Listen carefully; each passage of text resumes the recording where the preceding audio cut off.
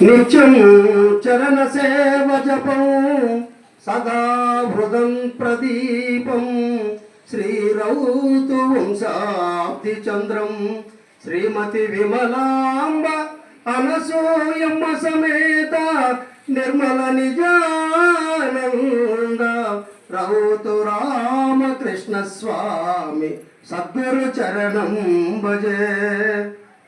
మద్గురుదేవులైన నిర్మల నిజానంద రౌతు రామకృష్ణ స్వామికి, అలాగే బృహద్వాసిష్ట సిద్ధాంత నిర్ధారణోద్ధారకులైన శ్రీధర శివరామ దీక్షితుల వారికి, శ్రీమద్ రాజాదిరాజ యోగేంద్ర చంద్రులైన శ్రీమద్ భాగవత కృష్ణదేశికేంద్రులకు, అలాగే వేదిక నందు అలంకరించిన సర్వాధ్యక్షులు, అధ్యక్షులు, ఉపాధ్యక్షులు, గౌరవాధ్యక్షులు, పరమ పూజ్యులైన పరిపూర్ణ గురుస్వాములకు, వేదిక ముందు ఆసీనులైనటువంటి మదాత్మ ప్రియాతి ప్రియమైన సోదరీ సోదరిమణులకు నా హృదయపూర్వక శిరస్సాష్టాంగ దండ ప్రణామం అర్పిస్తున్నారు. అయ్యలారా, మరి సుమారు గంట 30 నిమిషాల వరకు మన పరిపూర్ణానంద స్వామి చాలా విషయాలు చెప్పారు. ఎరుక పరిపూర్ణాన్ని బాగా వివరంగా చెప్పుతూ ఎరుకను నిరసన చేసి పరిపూర్ణాన్ని నిరూపించారు. అలాగే మరి అవిద్య సప్తావరణములతో కూడుకున్నది ఈ ఎరుక, జ్ఞాన సప్తావరణములతో కూడుకున్నది కూడా ఈ ఎరుకే. ఇది జగత్తనే ఎరుక, అది ఆత్మనే లేనెరుక. ఈ రెండు ఎరుకలు ఉన్నాయా అంటే ఒకటే ఎరుక. కానీ అక్కడ అభ్యాసములో ఉండేవారికి వివరముగా చెప్పడానికి జ్ఞానాజ్ఞాన సప్తావరణ దోషాలను 2 రకాలుగా పండితారాజ్య పండిత శివానంద స్వామి తన సిద్ధాంత శిరోమణిలోన మనకి వివరంగా చెప్పడం జరిగింది. హృదయ గ్రంథి విడుటకై సనమత ఈ బోధ తెలుపు జననాగురుడై వదలక చిత్తమునందున పద యుగలము దలపవలదే భక్తుడైనప్పుడు, భ్రాంతి రహిత ఆసక్తుడైనప్పుడు కుదరాదు ఇవి రెండు గురు శిష్యులకు లేక. కృష్ణ ప్రభు అక్కడ ఇద్దరికి, గురువుకి శిష్యుడికి ఇద్దరికి ఈ అవిద్య, ఈ జ్ఞాన అజ్ఞాన సప్తావరణ దోషాలు లేనటువంటి వాళ్ళే ఈ బోధకు అర్హులు. కాబట్టి అయితే అజ్ఞాన సప్తావరణాలంటే ఏమిటి? అవిద్య, శరీర పరిగ్రహము, కర్మము, దుఃఖము, అభిమానము, అవివేకము, రాగద్వేషాలు.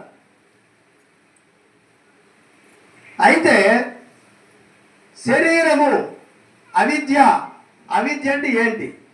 ఏదైతే ఈ సృష్టికి పూర్వము నుంచి, ఆది నుంచి పేరుకుపోయి, అజ్ఞానముతో కూడుకొని పేరుకుపోయి ఏదైతే ఉందో అదే అవిద్య. దాన్ని గురువు దగ్గరకు వెళ్ళి జ్ఞానాజ్ఞానములతో దాన్ని చక్కగా విచారణ చేసి బ్రహ్మము సత్యమని వాళ్ళు చెప్పున్నారు. కాబట్టి ఆ బ్రహ్మము సత్యము కాదు, బ్రహ్మము సత్యము, జగత్తు అసత్యమని చెప్పున్నారు. వాళ్ళు దాన్ని ప్రతిపాదించేసి చాలా ఏళ్ళు, యుగాలు కూడా జరిగిపోయింది. అప్పటి నుంచే ఈ పరిపూర్ణ బోధ వచ్చినా దాన్ని విచక్షణ చేసి సంపూర్ణముగా 10 మందికి పంచిపెట్టేది శ్రీధర శివరామ దీక్షితుల వారే.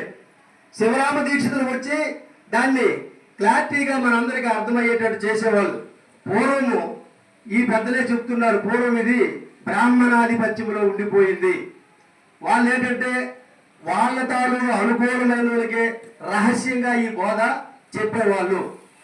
మన శ్రీధర స్వామి శివరామ దీక్షితులకు అందించిన తర్వాత శివరామ దీక్షితులు దీన్ని బట్టబయలు చేశారని చెప్పేసి మన పెద్దలు మనకు చెప్తున్నారు.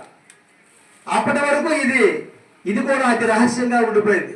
ఆయన వచ్చిన తర్వాత ఈ అతి రహస్యాన్ని బట్టబయలు చేశారని చెప్పేసి మనకు పెద్దలు చెప్తున్నారు. అందుకే ఇప్పుడు ఉన్న ప్రపంచంలో దీక్షితుల వారికే మనందరము ముందుగా జయజయలు చేస్తున్నాం.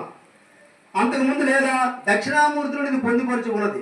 కానీ వాళ్ళందరూ ఇది రహస్యంగా ఉంచడం వల్ల, దీక్షితుల వారు దీన్ని బట్టబయలు చేయడం వల్ల మనం దీక్షితుల వారికి అందరం పూజిస్తున్నాం.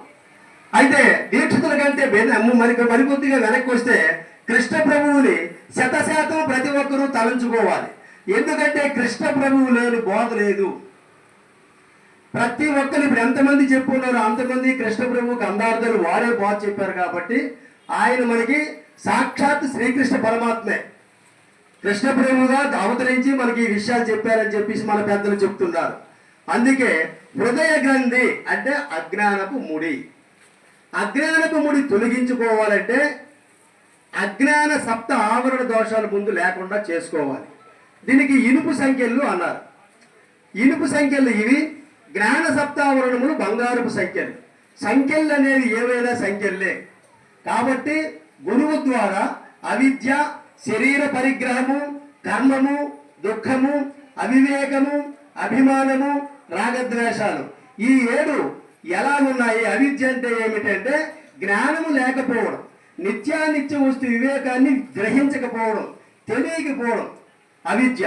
అందుకే 99% అద్వైతులందరూ అవిద్యలో కూరుకుపోయి అదే బ్రహ్మము, ఆ బ్రహ్మమే సత్యము, ఈ జగత్తంతా అబద్ధమని చెప్తున్నారు. ఇందాక పరమానంద బయలుపల్లి జంగాల స్వామి కూడా అదే చెప్పారు. ఏం చెప్పారంటే, నాయన 2 ఒకేసారి వచ్చి ఒకేసారి పోతాయి. అది అవిద్య, ఇది అవిద్య. కానీ వాళ్ళు దాన్ని సత్యమని చెప్తున్నారు. మనం దాన్ని కూడా దీనితో వచ్చి దీనితో పోతుంది కాబట్టి అది కూడా అసత్యమే. ఒక్క వస్తువే సత్యమైనది, అదే బట్ట బయలు. దానికి ఎవరో చెప్పారు, సత్యముకు బట్ట బయలు అసత్యం బగు ఎరుక ఎరిగి సద్గురు కృపచే సత్యము గానిది ఎరుగని సత్యముగా నమ్మి ఉంటే చాలన్నా వాణితోటి సాటెవ్వారన్నా అన్నారు.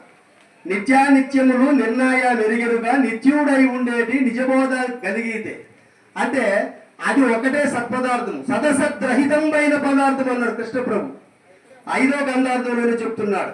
సదసద్రహితమైనది అది సచ్చిదానంద